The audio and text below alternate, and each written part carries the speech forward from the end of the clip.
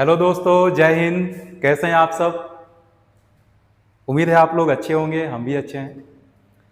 तो काफ़ी सारे बच्चों का दिक्कत आ रहा था कि जो एसएसटी का पार्ट है उसमें कुछ कुछ चैप्टर ऐसे हैं जो बच्चों को समझ में नहीं आ रहा था। तो हम कोशिश करते हैं कि आज से आप लोग को एसएसटी पढ़ाएं और एसएसटी में जो भी चारों पार्ट हैं, चाहे वो हिस्ट्री का पार्ट है, चाहे वो इकोनॉमिक्स का पार्ट है, चाहे वो ज्योग्राफी का पार्ट है या फिर पॉलिटिकल साइंस का पार्ट है, तो आज हम सब मिलकर के स्टार्ट करेंगे एसएसटी के जर्नी को और कोशिश करेंगे कि जितने भी चीज़ें हैं, जितने भी क्वेरीज हैं आपको एसएसटी को लेकर के, वे सारे आसान हो जाए। तो चलिए टाइम वेस्ट ना करते हुए हम लोग आज स्टार्ट करने वाले हैं एसएसटी का हिस्ट्री का एक बहुत इंपॉर्टेंट चैप्टर, बहुत इंटरेस्टिंग चैप्टर जिसका नाम है नेशनलिज्म इन इंडिया। चलिए देखते हैं नेशनलिज्म इन इंडिया। इसमें हम लोग को क्या पढ़ना है? इसमें पढ़ना है कि कैसे जो फर्स्ट वर्ल्ड वॉर हुआ उसका क्या इंप्लीकेशन हुए इंडिया के ऊपर, और उसका इंप्लीकेशन के बाद क्या इंपैक्ट पड़ा इंडियन पीपल के ऊपर। यहां पे महात्मा गांधी का आगमन कब हुआ, कैसे हुआ, साउथ अफ्रीका में क्यों गए थे, वहां से कब आए और इंडिया में आने के बाद क्या क्या किए, कौन कौन सा मूवमेंट किए। इसके बाद पढ़ेंगे कि रॉलेट एक्ट क्या है, नॉन कोऑपरेशन मूवमेंट क्या है। उसके बाद देखेंगे कि क्या क्या पॉइंट ऑफ व्यूज रहे इंडियन के। तो आइए देखते हैं कि क्या हुआ था, कैसे हुआ था। एक ईयर है, एक टाइम है 1919। 1919 में आपको याद होगा, आपको पता होगा कि जालियांवाला बाग घटना हुआ था जिसमें काफी मासूमों की जान गई थी। और एक उसके अगले साल ही डेट है, जो डेट है 1920 का। इसमें आप लोग देखे होंगे या फिर कभी ना कभी सुने होंगे कि 1920 के अंदर भारत के तमाम भारतीयों के द्वारा ब्रिटिश कपड़ों का बहिष्कार किया जा रहा था, उसको जलाया जा रहा था। और एक डेट आता है 1930 का, जब एक बुजुर्ग आदमी के द्वारा समुद्र के किनारे मुट्ठी में नमक लेकर के ब्रिटिश साम्राज्य की नींव को हिला दिया जाता है। ये सारा हम लोग पढ़ेंगे। और एक समय आएगा 1942 जब पूरे भारतीयों के द्वारा एक मांग उठेगी, एक गूंज उठेगी कि अंग्रेजों अब तुम भारत छोड़ो, अब तुम्हारी यहां पर कोई आवश्यकता नहीं है। तो चलिए आज हम पढ़ेंगे जिस चैप्टर का नाम है नेशनलिज्म इन इंडिया। देखिए क्या है कि नेशनलिज्म इन इंडिया जब पढ़ते हैं तो सबसे पहले हम लोग पढ़ते हैं कि क्या क्या इंप्लीकेशन थे at a time of first world war. आपको पता होगा कि फर्स्ट वर्ल्ड वॉर दो सुपर पावर के बीच में लड़ा गया था। एक था अलाइज और दूसरा था सेंट्रल पावर, जिसमें ब्रिटिश गवर्नमेंट भी थी, लड़ रही थी, और कहीं ना कहीं उसमें इंडिया का डायरेक्ट हस्तक्षेप न होते हुए भी इनडायरेक्ट रूप से कहीं ना कहीं उसमें हस्तक्षेप था। तो देखते हैं कि क्या प्रभाव पड़े, क्या इंपैक्ट पड़ा इंडियन के ऊपर after the first world war. तो आज का जो पहला हेडिंग है उसका नाम है द फर्स्ट वर्ल्ड वॉर, खिलाफत and non cooperation. The first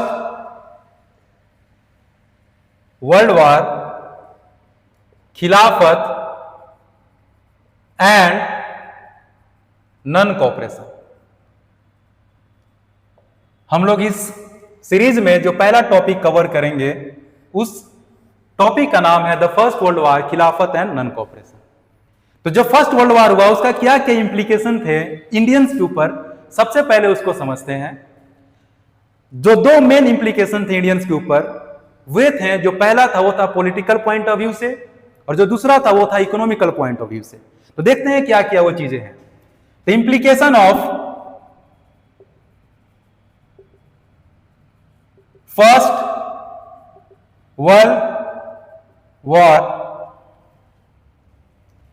इसमें क्या देखने को मिल रहे थे? तो पहला चीज पॉलिटिकल चेंज देखने को मिल रहा था, और दूसरा चीज इकोनॉमिकल चेंज देखने को मिल रहा था। Political changes and economical changes. अब ये इकोनॉमिकल चेंजेस क्या है? तो जब वर्ल्ड वॉर 1 हुआ तो जो इंडिया में ब्रिटिश गवर्नमेंट थी ये चाह रही थी कि इसका जो डिफेंस है, इसका क्या है, डिफेंस, उसको बढ़ाया जाए। डिफेंस को क्या किया जाए? बढ़ाया जाए। और डिफेंस कब बढ़ेगा? जब डिफेंस पर होने वाले एक्सपेंडिचर क्या हो जाए? बढ़ जाएंगे। और डिफेंस में जो एक्सपेंडिचर होगा ये कहीं ना कहीं से इसके लिए पैसे की नीड होगी। तो पैसे आएंगे कहां से? तो पैसे बढ़ाने के लिए या फिर पैसे को लाने के लिए जो ब्रिटिश गवर्नमेंट रूल कर रही थी इंडिया के अंदर, ये क्या करती है, तो ये जो इंडिया में लोग रहे थे इनके ऊपर टैक्स को इंक्रीज करती है। क्या करती है? टैक्स को इंक्रीज करती है। और टैक्स कैसे इंक्रीज किया जाता है? तो उस समय जो यहां पे कस्टम ड्यूटीज थे, कस्टम ड्यूटीज को इंक्रीज किया गया, और इसके साथ साथ जो इनकम टैक्स होता है उसका क्या किया गया था? तो इनकम टैक्स को इंट्रोड्यूस किया गया था। इनकम टैक्स को इंट्रोड्यूस किया गया था। इसके साथ साथ हम लोग देखे थे पहला चीज कि इकोनॉमिकल चेंज क्या हो रहा था, तो ब्रिटिश गवर्नमेंट डिफेंस एक्सपेंडिचर को बढ़ा रहा था, जिसकी वजह से टैक्सेस बढ़ाए जा रहे थे, कस्टम ड्यूटीज बढ़ा, इनकम टैक्स इंट्रोड्यूस हुआ। वहीं पर हम लोग देखें कि at a time of war year के अंदर जो फूड प्राइसेस थी, कहां पे? तो इंडिया के अंदर, इन इंडिया, ये क्या हो गए थे? तो ये भी रैपिडली रोज कर रहे थे, ये भी रैपिडली क्या कर रहे थे? ग्रो कर रहे थे। उसके साथ साथ 1918 में और 1920 से 21 के दौरान इंडिया के अंदर जो फूड क्रॉप्स थे, ये क्या हुआ था? फेल्ड हुआ था। इसके वजह से, क्रॉप फेल्ड हो जाने की वजह से यहां पर फूड की शॉर्टेज देखने को मिली। फूड शॉर्टेज हुआ, तो फूड शॉर्टेज होने की वजह से यहां पर जो फूड के प्राइसेस थे इस पर भी इंपैक्ट पड़ा था। और साथ ही साथ यह देखने को मिला था कि 1921 में इंडिया में उस दौरान एक पेंडेमिक आया। उस पेंडेमिक का नाम था इन्फ्लुएंजा पेंडेमिक। उसका नाम क्या था? Influenza pandemic. इन्फ्लुएंजा पेंडेमिक के दौरान यह हुआ कि लगभग 12 से 13 मिलियन लोग क्या हुए? मारे गए। इसका इंपैक्ट था ब्रिटिश गवर्नमेंट का इकोनॉमिकल चेंज। सेकेंड देखते हैं कि सेकेंड ब्रिटिश गवर्नमेंट का, या फिर हम लोग देखेंगे कि जो इंप्लीकेशन है फर्स्ट वर्ल्ड वॉर का, उसका पॉलिटिकल प्रभाव क्या पड़ा, पॉलिटिकल चेंज क्या क्या हुए। तो जब पॉलिटिकल चेंज की बात करते हैं तो जो सबसे पहला पॉलिटिकल चेंज ये हुआ कि जो ब्रिटिश गवर्नमेंट थी इंडिया के अंदर, जो ब्रिटिश गवर्नमेंट थी कहां पे? इंडिया के अंदर। तो ब्रिटिश गवर्नमेंट क्या करती है? तो बहुत सारे इंडियंस को गांव से उठा करके, विलेज से उठा करके उसको कहां भेजती है? ब्रिटेन भेजती है, और बोलती है कि वॉर फ्रंट पर क्या करो? लड़ो। दूसरे चीज यहां पर पॉलिटिकल चेंज ये देखने को मिल रहे थे कि जितने भी लोग थे जो गांव से रिलेटेड करते थे, जो गांव से बिलोंग करते थे, ये सारे जो फोर्स रिक्रूटमेंट था ब्रिटिश गवर्नमेंट के दौरान या ब्रिटिश गवर्नमेंट के द्वारा, उसके काफी खिलाफ चल गए थे। तो ये सारा यहां पर माहौल था इंडिया के अंदर कि जब वर्ल्ड वॉर 1 हुए तो उसके बाद क्या क्या देखने को मिला। चलिए अब आगे देखते हैं कि ऐसे कंडीशन में अब स्थिति क्या होगी देश की, कौन आदमी आएगा, कौन यहां पर बचाएगा लोगों को ब्रिटिश गवर्नमेंट के खिलाफ। ऐसे जो इस टाइप की जो चीजें चल रही है इसके खिलाफ कौन लड़ेगा, तो उसके लिए आगे अभी देखेंगे।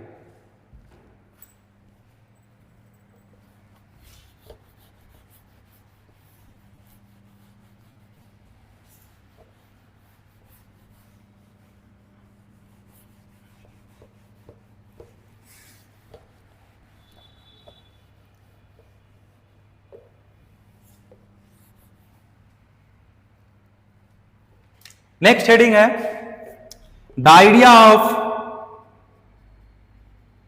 सत्याग्रह। सत्याग्रह। अब ये जो हेडिंग है इसमें एक वर्ड है, वर्ड कौन सा है? तो ये वर्ड है सत्याग्रह। सत्याग्रह का मतलब क्या होता है? सत्याग्रह का मतलब होता है सत्य के लिए आग्रह करना। मतलब कि यदि आप सत्य के लिए लड़ाई लड़ते हैं, सत्य के लिए आग्रह करते हैं, तो आपकी ऑन लास्ट विजयी होगी। ये कॉन्सेप्ट आया कहां से, लाया कौन?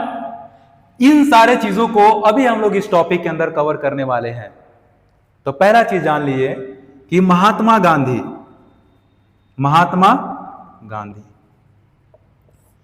1893 में साउथ अफ्रीका गए थे। कहां गए थे? तो साउथ अफ्रीका। किस लिए गए थे? तो एक गुजराती आदमी था जिसका कंपनी था, उस कंपनी का नाम था Abdullah and company. Abdullah and company का केस लड़ने के लिए महात्मा गांधी साउथ अफ्रीका गए। लेकिन 1893 के दौरान ही जब वो साउथ अफ्रीका में थे और वे प्रिटोरिया के लिए जा रहे थे, उनके पास फर्स्ट क्लास का ट्रेन का टिकट था। फर्स्ट क्लास का ट्रेन का टिकट होते हुए भी उनको ट्रेन से उतार दिया गया और उनके सामान को बाहर फेंक दिया गया। इसके बाद महात्मा गांधी वहां पर रहे। वहां पर जब देखें कि ये सारी चीजें जो हो रही थी ये नस्लभेद के खिलाफ थी, रेसिज्म का मामला था, गोरे काले के खिलाफ था। यहां पर महात्मा गांधी गोरों के खिलाफ लड़ाई लड़ते हैं। और लड़ाई लड़ते हैं किस मेथड से? तो एक नोबल मेथड से लड़ते हैं जिसका नाम होता है सत्याग्रह। तो सत्याग्रह के कॉन्सेप्ट को महात्मा गांधी भारत जनवरी 1915 में वापस आते हैं इस आइडिया को लेकर के। जब महात्मा गांधी भारत 1915 को आते हैं तो वे देखते हैं कि माहौल काफी खराब है और उनका एक नोबल मेथड पहले से यूज कर चुके थे साउथ अफ्रीका में, जिसका नाम था सत्याग्रह, सत्य अहिंसा, सत्याग्रह मेथड। तो सोचते हैं कि क्यों ना हम सत्याग्रह के मार्ग पर चल करके जितने भी इंडियंस हैं सबको यूनाइट करें। तो महात्मा गांधी सत्याग्रह का कॉन्सेप्ट को क्या करते हैं? इंट्रोड्यूस करते हैं। Introduced the concept of Satyagraha in India. और ये क्या है? कौन सा कॉन्सेप्ट है? तो ये जो कॉन्सेप्ट है सत्याग्रह का, ये एक नोबल मेथड था। ये क्या था? नोबल मेथड था। इसके दो प्रिंसिपल थे, टू प्रिंसिपल था। और ये दो प्रिंसिपल कौन से? तो एक था द ट्रूथ, जिसको हम लोग बोलते हैं सत्य, और जो दूसरा था वो था द अहिंसा। दूसरा क्या था? अहिंसा या फिर नॉन वायलेंस। इस मार्ग को लेकर के महात्मा गांधी आए साउथ अफ्रीका से, इस चीज को लेकर के महात्मा गांधी आए साउथ अफ्रीका से और इंट्रोड्यूस किए इंडियन लोगों के ऊपर। उनका मानना यह था कि अगर कोई आदमी सत्य के मार्ग पर चलेगा तो सत्य के मार्ग पर चल करके किसी भी चीज पर वो विजयी पा सकता है। ऐसा महात्मा गांधी का मानना था।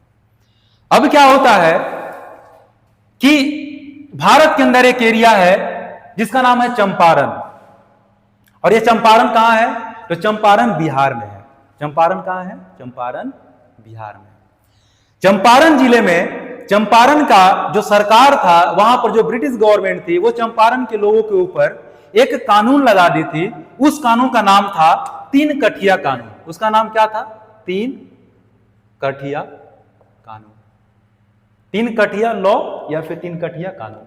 तो समझते हैं कि चंपारण का क्या केस था, चंपारण सत्याग्रह क्या हुआ, चंपारण मूवमेंट क्या हुआ। क्योंकि महात्मा गांधी आए तो इस मूवमेंट को, सत्याग्रह मूवमेंट को इंडिया के अंदर डिफरेंट पार्ट्स में, डिफरेंट डिस्ट्रिक्ट के अंदर, डिफरेंट स्टेट के अंदर जाकर इंट्रोड्यूस किए थे और ब्रिटिश गवर्नमेंट के खिलाफ लड़ाई लड़ी थी।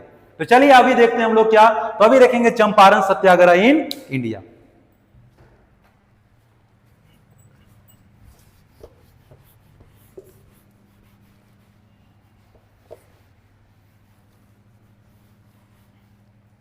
चंपारण सत्याग्रह।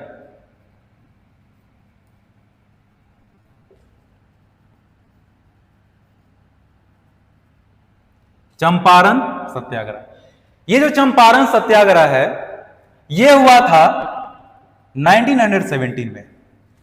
ये कब हुआ था?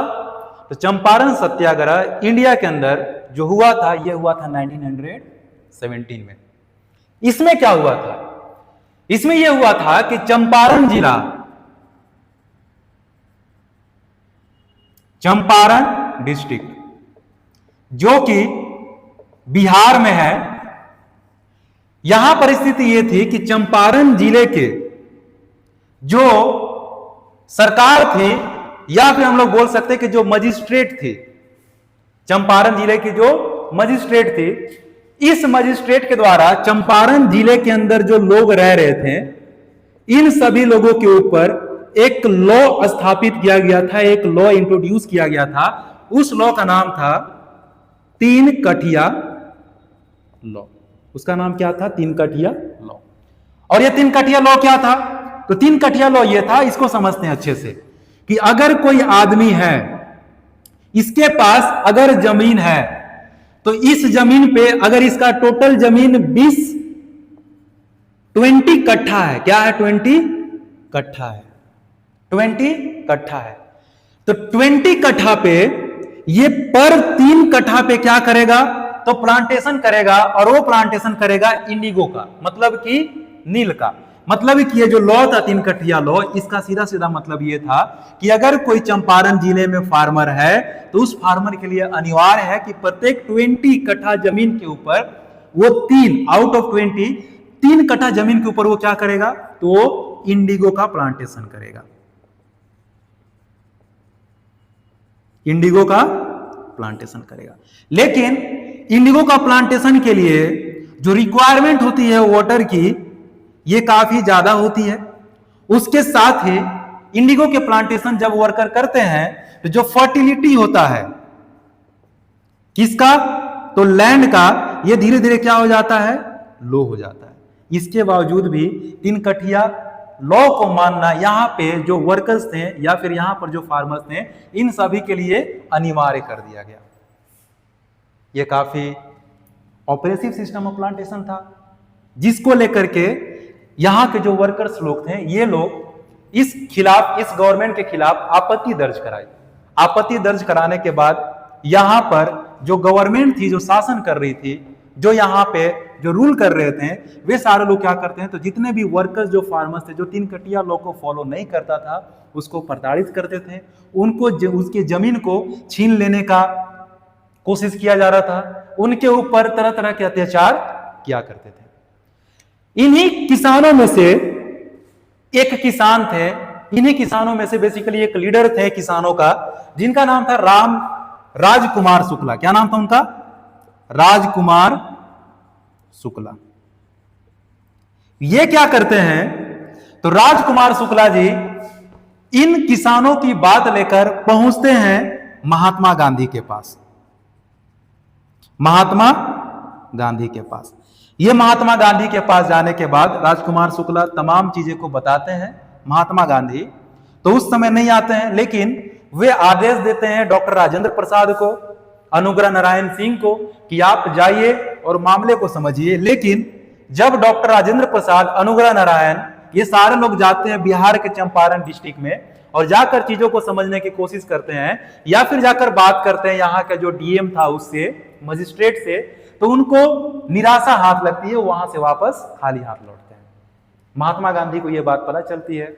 महात्मा गांधी वापस से इन तीनों, राजकुमार शुक्ल, राजेंद्र प्रसाद और अनुग्रह नारायण जैसे लोगों के साथ वापस आते हैं चंपारण जिले में, और आकर के यहां पर इन किसानों के जो यहां पर वर्कर्स हैं, इन वर्कर्स के बातों को जानने की कोशिश करते हैं।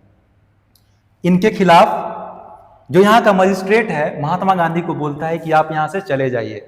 महात्मा गांधी नहीं जाते हैं और किसानों के साथ डट कर रहते हैं। यहां की अदालत भी महात्मा गांधी को बोलती है कि अगर आप नहीं जाएंगे तो आपको अरेस्ट कर लेंगे। महात्मा गांधी उसके विरुद्ध भी वहां खड़े रहते हैं, लगातार इन वर्करों को सपोर्ट में।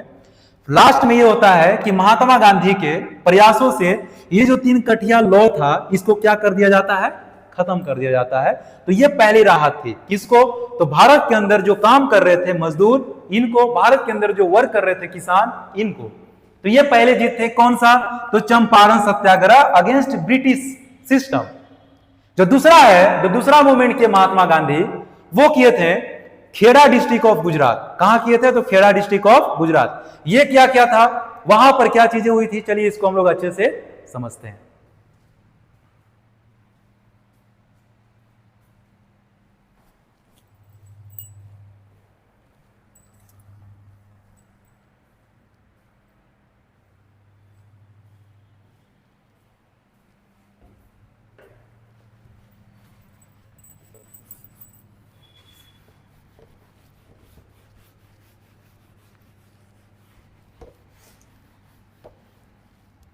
अब समझते हैं हम लोग खेड़ा सत्याग्रह।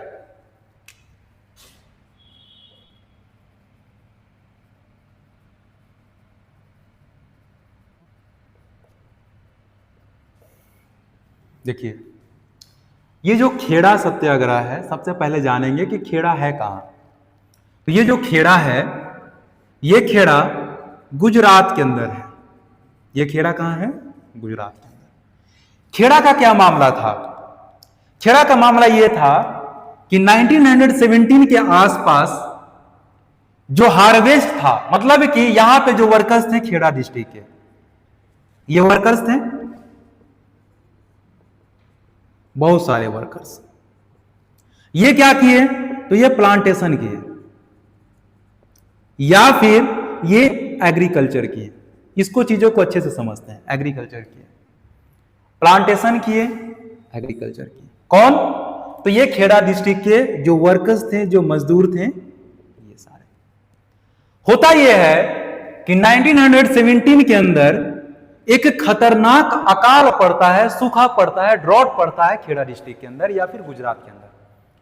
तो सूखा पड़ने की वजह से, अकाल पड़ने की वजह से यहां का जो हार्वेस्ट है ये क्या हो जाता है? खराब हो जाता है। अब बैड हार्वेस्ट हो गया, पहला चीज। दूसरा चीज कि खेड़ा डिस्ट्रिक्ट के अंदर 1917 के दौरान एक एपिडेमिक आता है। उस एपिडेमिक का नाम होता है प्लेग। क्या नाम होता है उसका? प्लेग। उसके साथ साथ यहां पर इन्फ्लुएंजा जो बीमारी है, जो महामारी है, पूरी तरह से फैल जाता है। तो प्लेग के कारण या फिर इन्फ्लुएंजा के कारण यहां के जो लोग थे ये ऐसे ही त्रस्त व्यस्त हैं। पहला चीज कि यहां पर बैड हार्वेस्ट हो गया। दूसरा चीज कि यहां पर इन्फ्लुएंजा और प्लेग जैसी बीमारी फैली हुई है। लेकिन यहां पर दूसरी तरफ थी गवर्नमेंट। यहां पर दूसरी तरफ कौन थी? गवर्नमेंट। गवर्नमेंट क्या करती थी? तो जितने भी किसान लोग हार्वेस्ट करते थे उन सभी किसानों से टैक्स लेती थी। क्या लेती थी? टैक्स लेती थी। लेकिन बैड हार्वेस्ट और इन्फ्लुएंजा डिजीज, प्लेग के कारण यहां के किसान पहले से ही प्रभावित थे, पहले से ही काफी डिफिकल्टीज में थे। तो ये सब आग्रह करते हैं सरकार से कि इस ईयर का जो टैक्स है उसको क्या किया जाए? तो उसको माफ किया जाए। उसको क्या किया जाए? माफ किया जाए। लेकिन इसकी जो गवर्नमेंट है ये इनके बातों को मानने से इनकार कर देता है और बोलता है कि किसी प्रकार का कोई टैक्स का माफी नहीं होगा। इससे क्या होता है कि यहां के जो लोग हैं ये सारे लोग क्या करेंगे? तो वापस से महात्मा गांधी के पास जाएंगे। महात्मा गांधी इनके पास जाएंगे और अपनी बातों को रखेंगे कि इनके साथ क्या प्रॉब्लम है, गवर्नमेंट की क्या पॉलिसी है, गवर्नमेंट इनकी बातों को क्यों नहीं सुन रहा है। और हाँ, यहां एक बात और कि गवर्नमेंट का पॉलिसी था कि अगर 25% से कम प्लांटेशन या फिर हार्वेस्टिंग होता है तो टैक्स नहीं लगाया जाएगा। लेकिन यहां पर 25% से कम हुआ था। इसके बाद भी जो गवर्नमेंट का अपना ही रूल था, गवर्नमेंट उस रूल को क्या कर रही थी? तोड़ रही थी। महात्मा गांधी के सामने ये सभी लोग बात रखते हैं।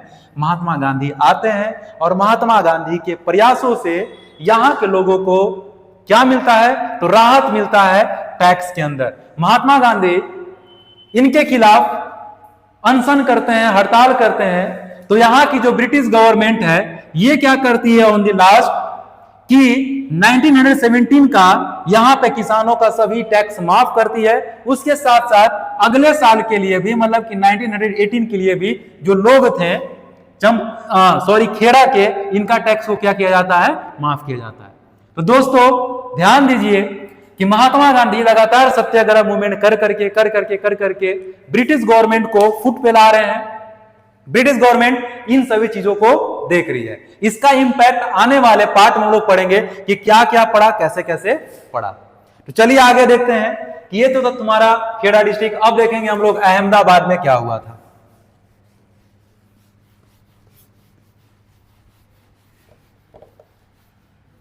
नेक्स्ट है अहमदाबाद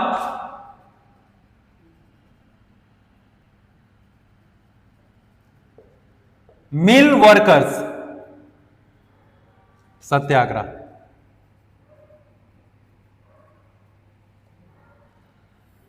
चलिए समझते हैं इसको अच्छे से। ये जो अहमदाबाद है, ये अहमदाबाद कहां है? तो पुणे।